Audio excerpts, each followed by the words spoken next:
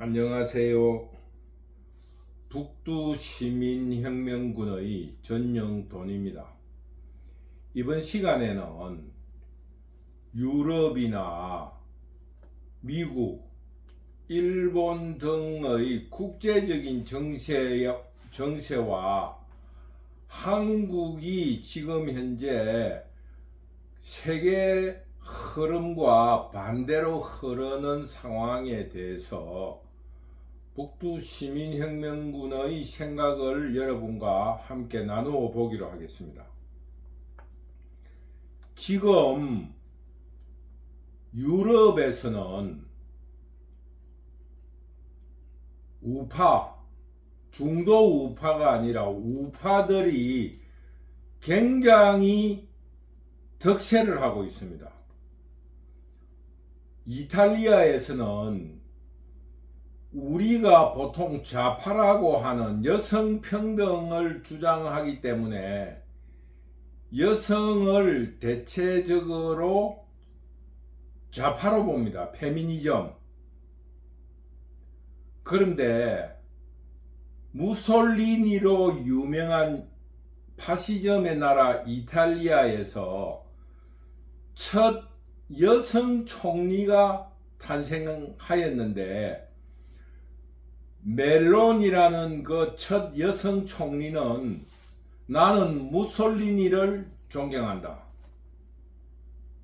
이런 이야기를 하는 정통 우파들이 득세를 하고 있습니다.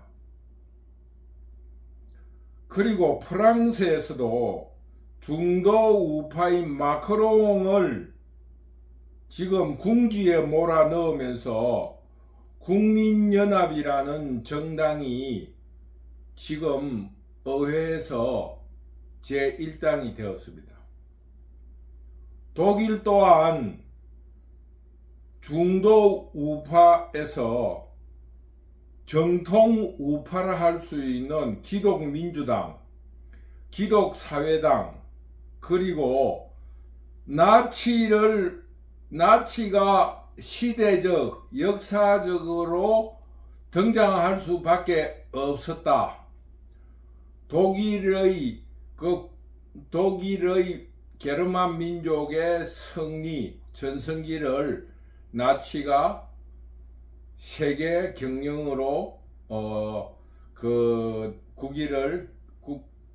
국력을 상승시키려고 했다라는, 나치를 옹호하는 독일을 위한 대안이라는 정당이 50여석을 차지하면서 제3당으로 떠오르고 있습니다. 스페인 또한 그렇고 헝가리, 기타 모든 지금 유럽에서 정통 우파에서 조금 파시즘적인 극우라고 할 수 있는 정당들이 대세를 이루고 있습니다. 미국 또한 바이든에서 지금 트럼프로 나아가고 있습니다. 트럼프가 다음 선거에 승리할 가능성이 한 55% 정도 된다고 그래요. 아직 대세를 장악하지는 못했는데 승리 가능성이 높다고 합니다. 그러면서 어떤 문제가 일어나고 있나 하면은, 이탈리아에서는 총리를 간접 선거로 했는데 그 멜로니가 총리에 대한 직접 선거를 법률로 정하여서 상원을 통과해가지고 하원으로 이첩되었습니다. 이 직접 민주주의라는 것은 우리나라에도 경험했다시피 우경화를 말합니다. 우파, 독재를 준비하는 겁니다. 이승만의 독재가 시작된 것이 바로 간선제에서 직접 선거로 개헌하면서 독재가 시작됐다고 할 수 있습니다. 나치라든가 무솔리니의 파시즘도 직접 선거에 의해서 파시즘이 시작되었고 독재가 시작되었습니다. 그걸 바로 민주주의의 맹점인 우민정치라고 할 수 있어요. 그런데 물론 이거는 간단하게 언급하는 일인데, 의회 독점을 한 우리나라의 민주당에서 당원 중심 혹은 직접 민주주의를 부르짖고 있습니다.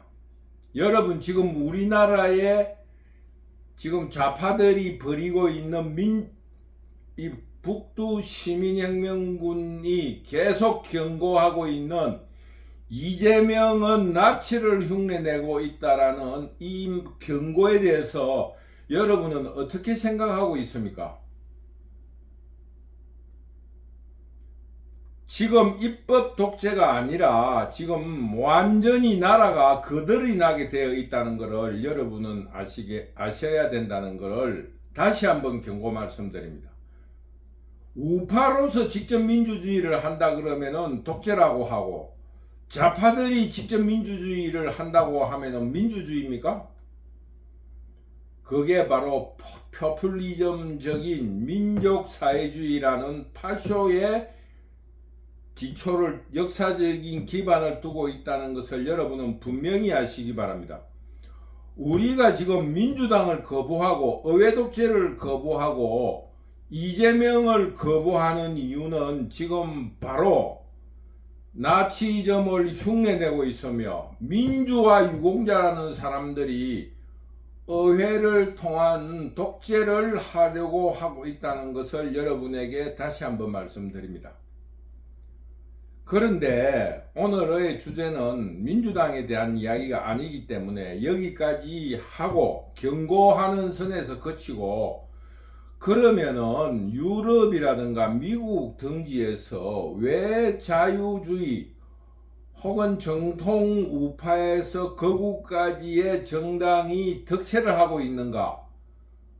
그 원인을 여러 매체에서 분석을 하고 있습니다. 그래서 북두시민혁명군에서도 북두시민혁명군의 시각으로 여러분과 같이 의견을 나누어 보겠습니다. 지금 코로나를 빙자한 복지정책이 서구 유럽에서도 굉장히 성행을 했어요. 국가에서 자금을, 우리나라에서는 재난지원금이란 이름으로 풀렸지만 유럽에서도 코로나로 인해서 국민들이 경제활동이 위축되고 이러다 보니까 국가 재정이 엄청나게 복지란 이름으로 풀려버린 거예요. 그러니까 지금 우리나라와 똑같은 거예요. 우리나라와 똑같이 물가가 엄청나게 올라가 버린 겁니다. 지금 우리의 민주당은 물가 오른 거를 윤석열 정부 때문이라고 그러면서 국민들을 속이고 있는데, 그 좌파 신문에도 나와 있어요. 좌파 언론에서도 나와 있습니다. 유럽의 지금 인플레에서 복지로 인한 인플레 때문에 국민들이 그 복지에 대한 반발로 우파의 정당을 지지한다는 겁니다. 쉽게 말하면은 그 생산성에 따른 그런 여러 가지로 그 세금이 활용이 돼야 되는데, 무상복지를 무한정 코로나를 핑계로 포퓰리즘을 벌이다 보니까 결국에 물가가 오르면 누구가 제일 힘이 드느냐? 하층민들이 가장 많이 힘듭니다. 우리나라도 지금 마찬가지예요. 그래서 하층민들이 지금 현재 대체적으로 우파를 지지하고 있다, 이런 보도들이 있습니다. 옳은 분석이라고 봅니다. 그런데 우리나라는 그 뻔뻔스러운 내로남불을 하는 민주당은 반성을 하지 않고 국민들을 속이는 거짓말로서 총선을 승리를 하고, 우리나라 국민들은 거기에 속고 있는 것입니다. 물론 그 원인에는 윤석열이의 무능도 있고 시대 정신을 망각한 것도 이유가 될 수 있습니다. 검찰총장으로서 전 정권에 대한 불법적인 행위를 심판하라는데 무엇을 하는지 모르겠어요. 그러니 국민들이 실망해서 윤석열이에게 비판적인 시각을 내놓았다. 이것이 올바른 분석일 겁니다. 다음에 이민정책이라든가 난민정책에 의해 가지고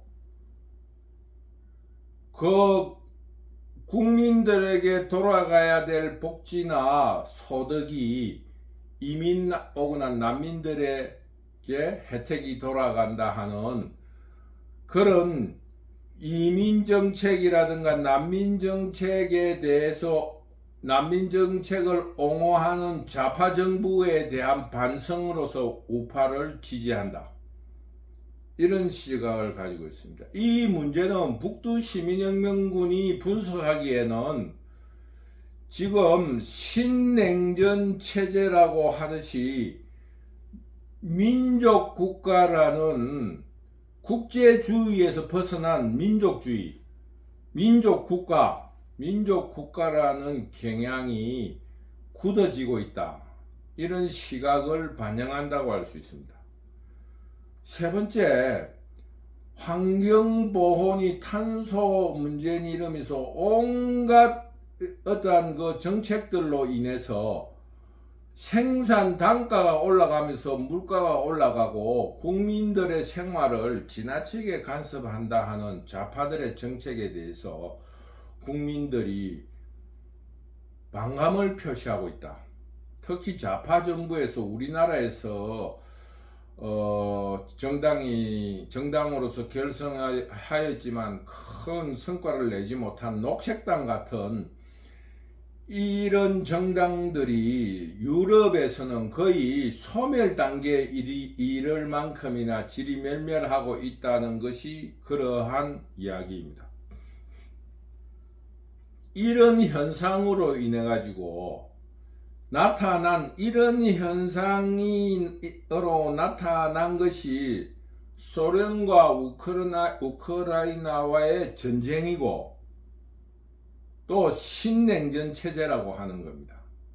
왜냐하면은 우파가 집권을 하게 되면은 국가주의가 우선이고 민족주의가 우선입니다. 우리나라에는 국민들이 어리석으니까 그 공산좌파들에게 속아서 그런데 우리나라는 공산좌파가 친일 반일을 외치면서 민족주의를 주장해요. 근데 좌파는 민족주의를 주장하면 안 됩니다. 민족주의가 아니고 연대, 국제적인 연대, 계급적인 연대를 이야기하지 민족을 앞세우지 않아요. 그러니까 우리나라의 지금 민주당은 국민들을 속이기 위한 어떠한 거짓말도 속수무책 혹은 뭐라 그럽니까? 부끄러운 줄 모르고 남발하고 있는 거예요. 그러니까 지금 우리나라의 좌파는 어떠한 마르크시즘을 중점으로 하고 있는 게 아니라 북한의 3대 세습 제도를 모방하고 있는 집단이다. 그러면서 그런 독재 체제를 완성하기 위한 나치즘을 이재명을 통해서 실현시키려고 한다. 이런 입장을 북두시민혁명군은 가지고 있습니다. 그래서 지금 세계적인 정세는 한국과 미국과 일본, 중국과 러시아와 북한 간의 신냉전 체제가 아니라 수출, 해양국가 혹은 국제화를 통해서 나라를 번영시켰고 또 앞으로도 국가 자원도 부족하고 이런 여러 가지 이유들로 인해서 국제화 시대, 세계화 시대를 앞서서 나가야 되는데 이런 세계화를 방해하고 있는 세계적인 우경화 혹은 신냉전 체제, 여기에 대해서 우리나라 국민들은 너무 무지하고 대책 없이 살고 있다. 그렇기 때문에 우리나라가 앞으로 망한다는 데 있어서 굉장히 어려운 시국이 10년 내로 닥칠 것이라는 것에 대해 우리 국민들은 두려움이 없습니다.